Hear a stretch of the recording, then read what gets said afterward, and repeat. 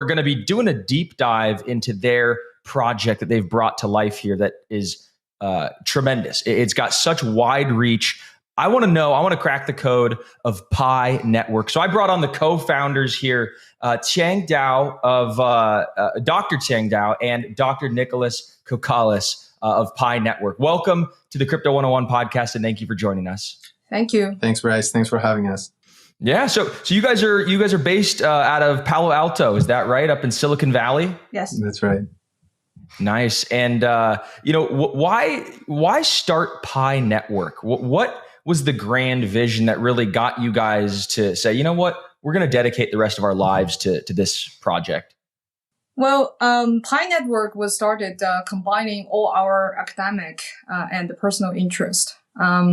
Nicholas is a hardcore computer scientist with expertise in distributed system, which is a precursor to one big component of blockchain. And I myself is a social scientist. So with the second half of my PhD doing human-computer interaction, that's where Nicholas and I collaborated on multiple research projects, studying how to build computer systems to scale and to be used easily by humans. So at the time that, when we were at Stanford exploring with the students, building decentralized applications, we've noticed that, in the industry, there is a big problem of, a lot of technology, but there is no good enough social network in order to build decentralized applications that allows a typical required process, such as user iterations. So this is combining our interests of distributed system, human-computer interaction, social computing, and also the excitement about building a large-scale human movement. This is where we build Pi Network. So is Pi Network like it's a digital currency, but it's also a social network, if you will, and so people could interact. Could you kind of walk us through, if somebody were to download the Pi Network application, what would they be expecting? So it's a digital currency in the sense that you can mine it, and you can mine it on the mobile phone directly. As part of the mining process, you contribute to the consensus algorithm. And it is also the entry point to the Pi ecosystem, where you can see and use different Pi utilities. Fantastic. And so what are some of the popular applications that you've seen people develop on the Pi Network, or maybe with the Pi cryptocurrency? Well, to start, there is a very important step for us to migrate our social network to our mainnet blockchain. And the key step is called KYC. And one application of the Pi cryptocurrency is that people can pay Pi to get their IDs verified in order for them to migrate to the mainnet. And this is a very strong utility in the sense that, native currency Pi is used to pay for real human labor that result in valuable work in the world. And so people need to, so right now they have like a test net, and now there's a transition to the main net. And in order to get onto main net, you need to KYC. Can you kind of tell people maybe a little bit about why people need to KYC? And for those who don't know, who are listening, what is KYC? Okay. So KYC is generally known as a know your customer process. And a lot of, traditional businesses require KYC to, for compliance reasons, to know your customer, to know who you are providing the service to, especially financial related services, generally is required. And so Pi Network doing KYC is, for one, of course, as much as compliant as possible. Second is also for our own policy. For example, in Pi, we require one person per account. This means that this is one of the defense mechanisms of our network to prevent fake accounts migrating to the mainnet. So we are, and we're having this KYC solution. We needed to build it in-house for multiple reasons. Scalability is a big one of them. And scalability not only in the sense that we have a large network of people that spans across almost every country or region in the world. And we are talking about tens of millions of people. And we couldn't find any KYC solution out there that could have solutions for every single country's IDs. Number one, about scalability, but also number two of scalability is that there's no currently KYC still requires some human intervention. So there's a lot of machine learning and AI algorithms that are helping with liveness detection and with identification of the IDs and understanding what's on the ID documents, but it still needs some human support. So any KYC solution we talk to could only scale to thousands of KYCs per day, like small amount of KYCs per day. But in our case, with such a vast network, which we are preparing for the next billion users, it couldn't scale with just the thousands per day. So, for example, we did our first million KYCs in a single month. So that wouldn't be possible. And there were almost 500,000 people involved in the process of verifying the first million or 2 million people who KYC'd. So that's a tremendously large number, especially when we talk about, crypto sort of networks. And, if you look at any of the DeFi apps, for instance, they have a few thousand users every single day. You look at some of these, decentralized metaverses, not pointing any fingers, not naming any names. Everybody's doing a great job. There's just not that many users on a day-to-day basis. NFTs, the volumes are down 99%. So my question to you is, man, how did you guys, grow to get, millions and millions of users? And what are kind of like the metrics that you guys have? Like you have 1 million users, you have 10 million users. And how did you get all these users? Well, it comes down to the unique strategy of ours. And the core strategy is accessibility. And accessibility has three folds, I guess. One is financial accessibility. In Pi, everybody can mine for free. They don't need to pay anything to enter. Another accessibility is knowledge accessibility. We build our UI to be really intuitive. For example, the mining component, they can mine on the phone. So you don't necessarily need the computer science knowledge about setting up a node in order to mine. And then there is also the, system design accessibility.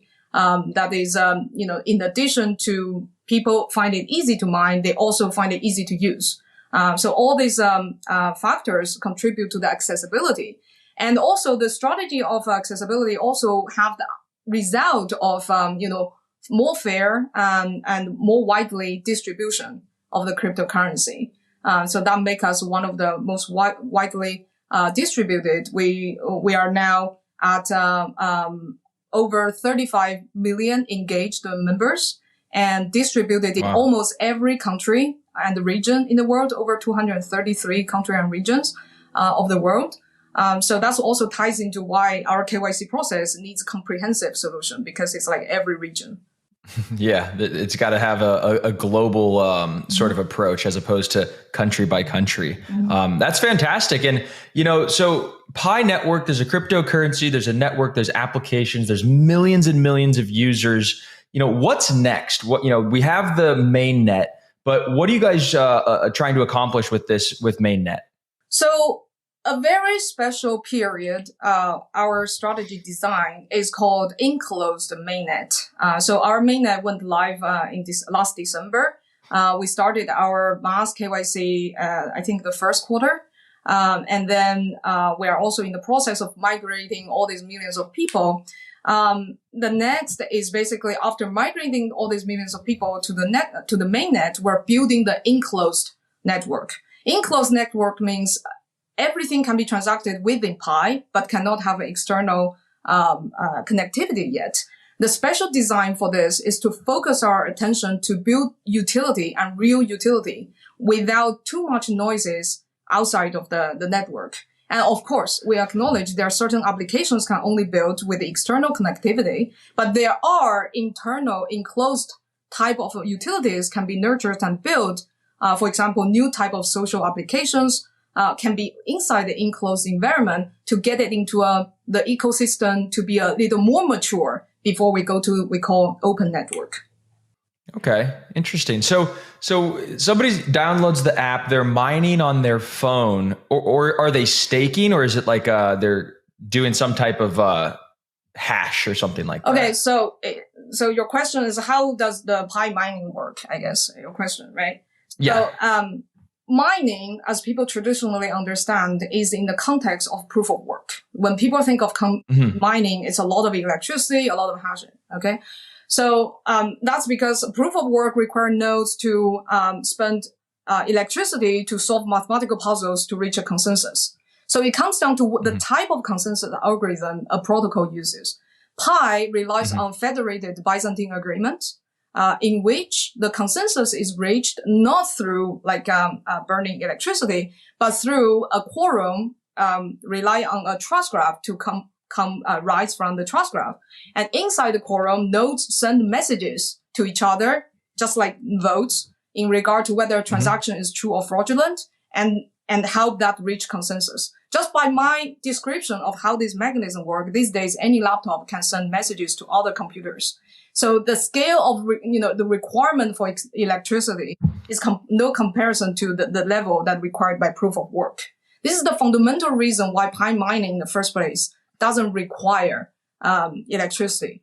Now, as I mentioned, there needs to be a trust graph. So the mobile miners are actually contributing their trust relationships to form this trust graph that can feed the consensus algorithm to reach consensus. So the actual running of the blockchain, the heavy lifting of actually running, is still on our Pi nodes, which is computer nodes. So, but the required efforts of our Pi nodes is different from the Bitcoin nodes. And then they're also rewarded in Pi in conjunction with the mobile miners. So in the broader sense of the mining is that, individuals or nodes contribute to a consensus algorithm for it to reach consensus. In return, they receive rewards of that protocol.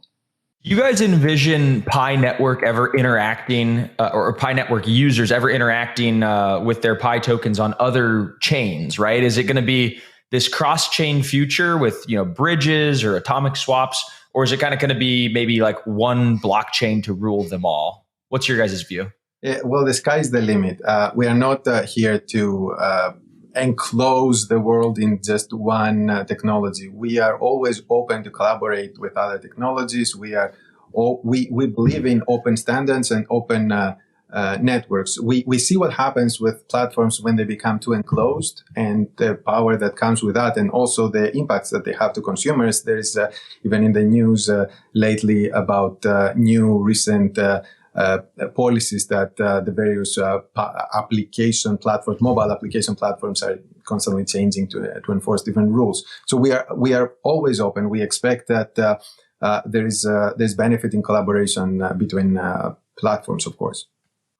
Yeah. So speaking of that, I heard the other day, Apple kind of came out with these new rules about any sort of crypto transactions that happen through their app, like an app that was downloaded through the Apple Store. Like they're supposed to now be collecting 30%. Have you guys heard about this? We did roughly. Yeah. Yeah. So, the world is still in the phase, including, tech giants or regulators still figure out how crypto can fit into the existing economy. And that is the process as a crypto builder also need to be patient and follow and then adjust in order to, fit in at the same time create innovation. Yeah, that's where open standards help. That's where open standards help. You being more accessible through the web, through technologies that are open helps push the ecosystem forward.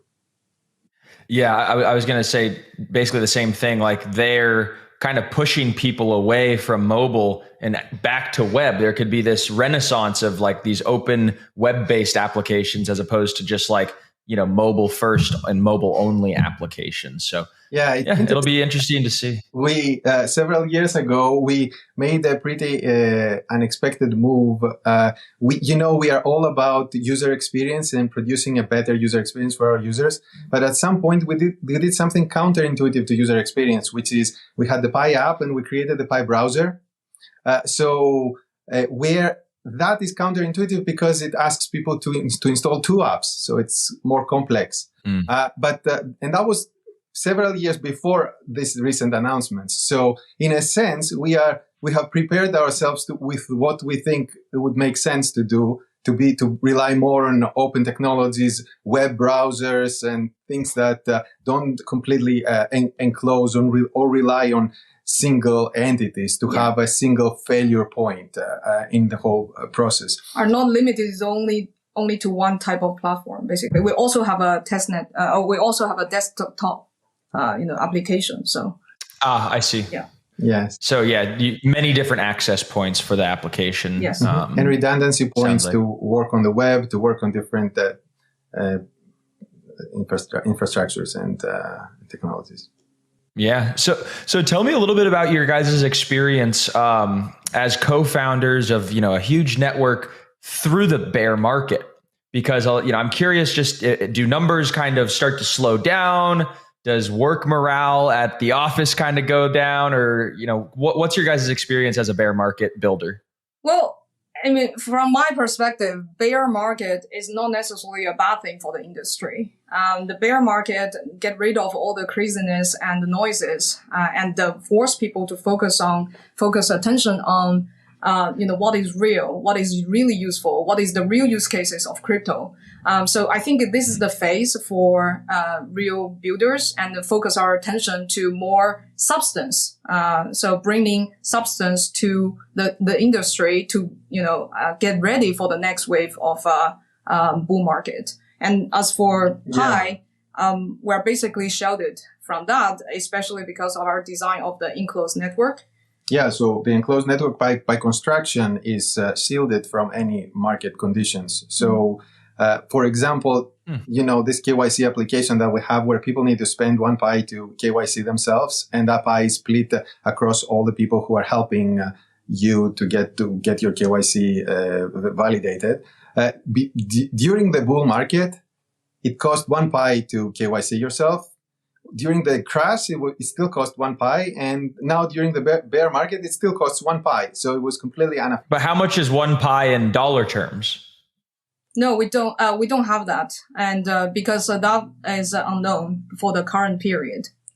Yeah. Well, one thing to consider here, unrelated to the market conditions, is that as the base mining rate has been decreasing internally in the Pi blockchain, and it used to take you about 2 days to mine 1 Pi, and now it takes about 3 days to mine 1 Pi. So it is possible that down the line that the price for the KYC can go down to people who have to pay less than 1 Pi, but completely unrelated to the market. 1 Pi is attached to the value of all the labor people spend on validating this application.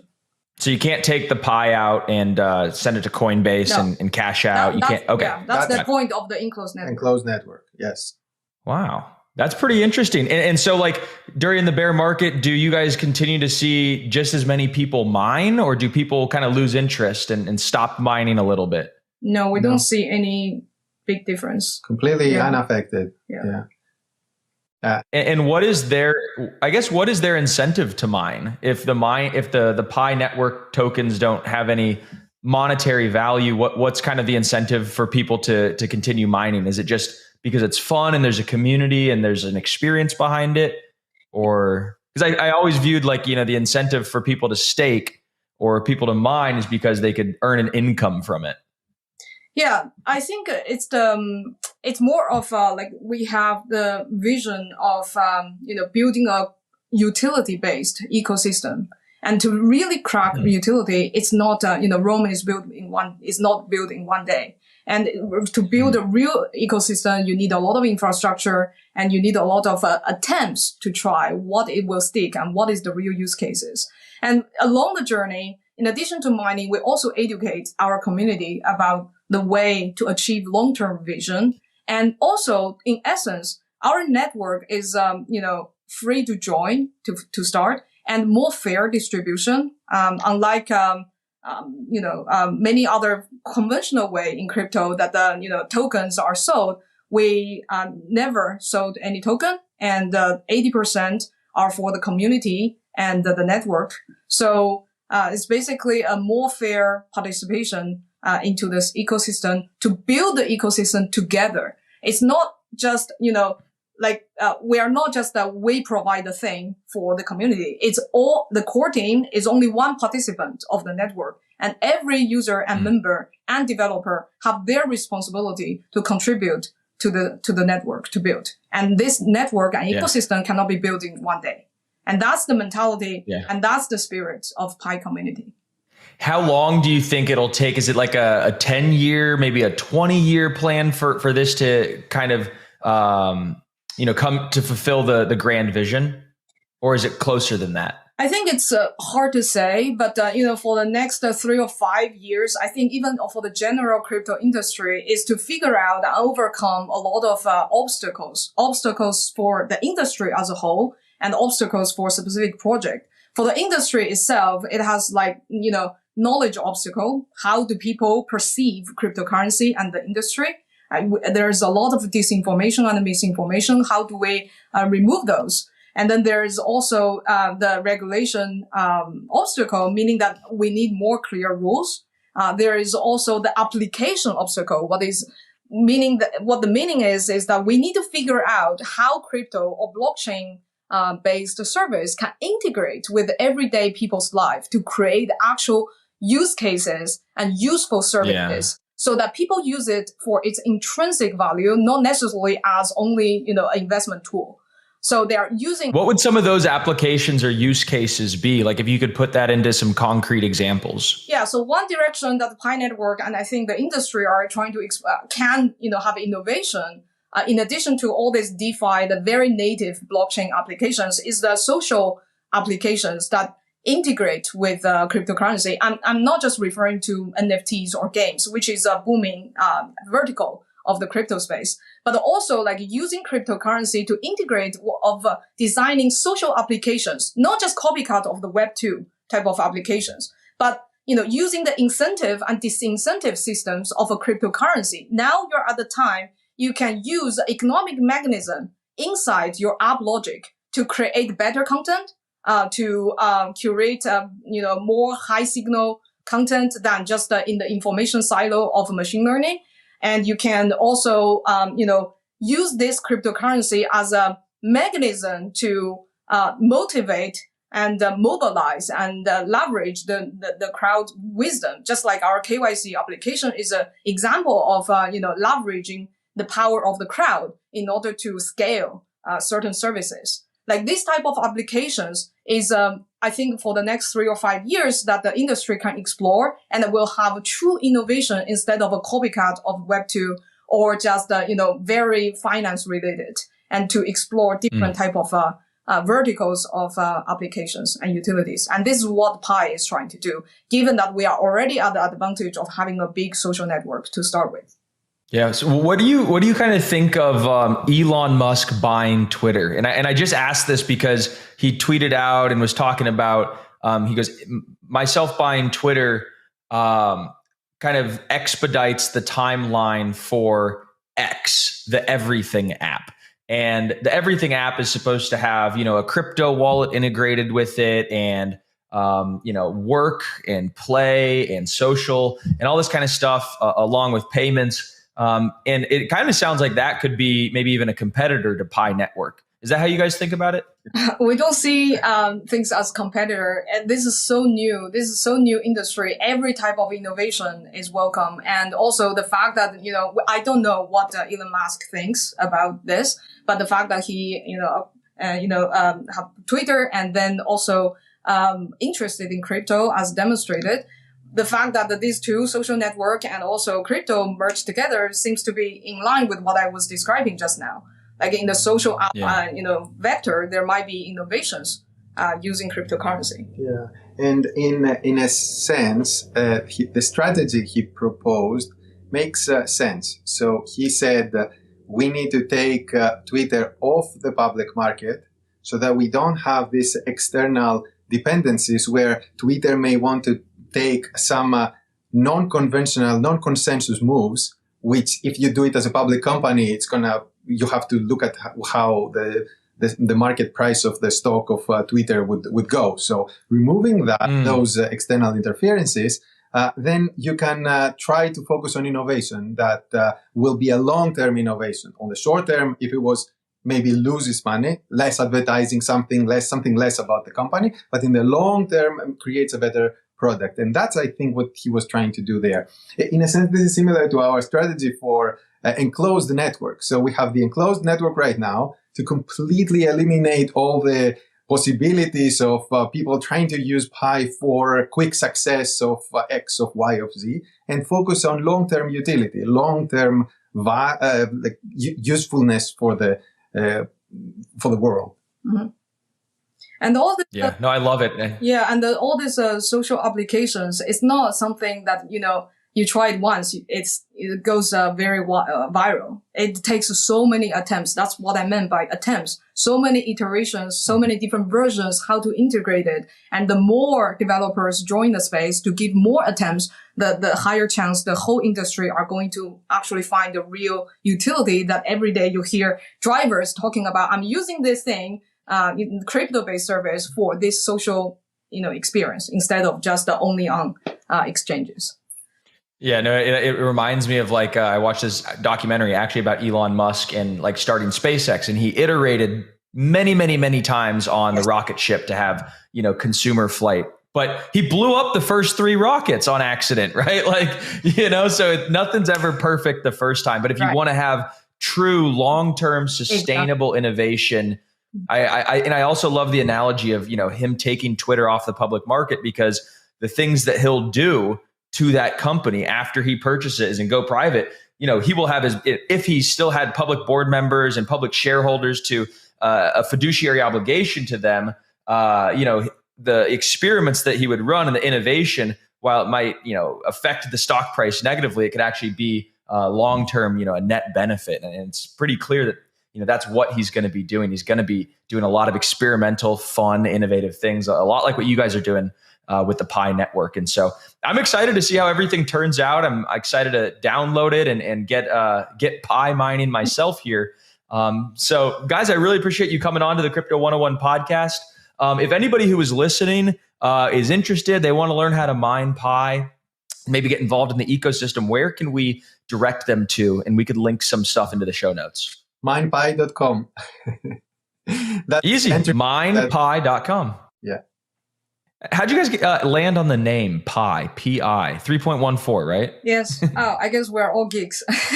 So, we love math, and, Pi is such a universal concept. Everyone understands. It also represents a circle that the uniting people together, inclusiveness goes into the concept.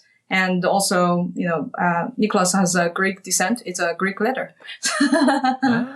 Easy to type it on my keyboard. It's easy to type it on my keyboard. Love it. All right. Well, guys, thank you so much. We look forward to bringing you guys back on again to the Crypto 101 podcast when you have some more exciting updates. Thank you. It was a pleasure. Thanks.